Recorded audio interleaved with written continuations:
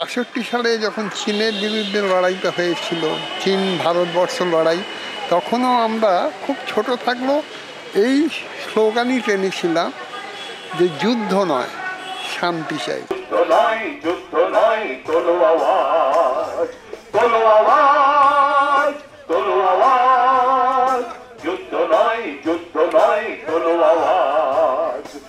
সাধারণ মানুষ যুদ্ধ চায় না, যুদ্ধ করে কিছু দেশের পুঁজিপতি বা কোনো দেশের সরকার, তারাই যুদ্ধটাকে নিয়ে তাদের ব্যবসা করে।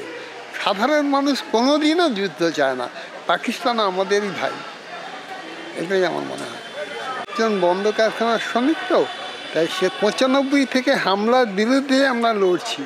আমরা মনে করি বর্তমান ব্যবস্থায় ভিন্ন মতকে ধ্বংস করে, এক ভিন্ন মতটা নিয়েই যে একটা রাষ্ট্র বা একটা দেশ চলে, সেটা থেকে আমরা, বিশেষ করে আমাদের প্রশাসন বা আমাদের সরকার, এই ভিন্ন মতকে বর্জন করছে। ভাবছে ভিন্ন মত মানেই তার গদি, তার পুঁজি চলে যাচ্ছে।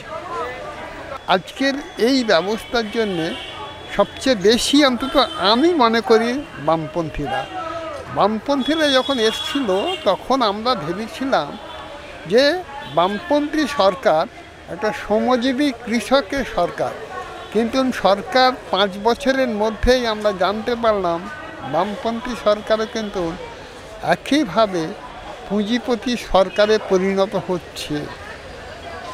80 সাল থেকে কিন্তু অন্তত ব্যক্তিগতভাবে আমি বুঝে নিয়েছিলাম 80 সালে যে বামপন্থী সরকারও আবার আস্তে আস্তে পুঁজিপতি সরকারের দিকে করছে, এবং তার পরিণতি আজকে এই দশা।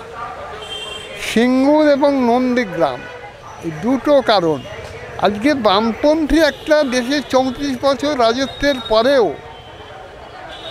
আজকে এইরকম একটা তৃণমূলের মতো এইরকম একটা সরকার এলো তার হাত ধরে। এবং এর জন্য আমি এখনও বিশ্বাস করি বা মনে করি যে আজকের অবস্থার জন্য বামপন্থী অনেকটাই দায়ী। নাম? মদন চন্দ্র মণ্ডল। আপনি কোথা থেকে এসেছেন? হাওড়া জেলার বাউরিয়া থেকে এসেছি। আমি একজন বন্ধ কারখানার শ্রমিক।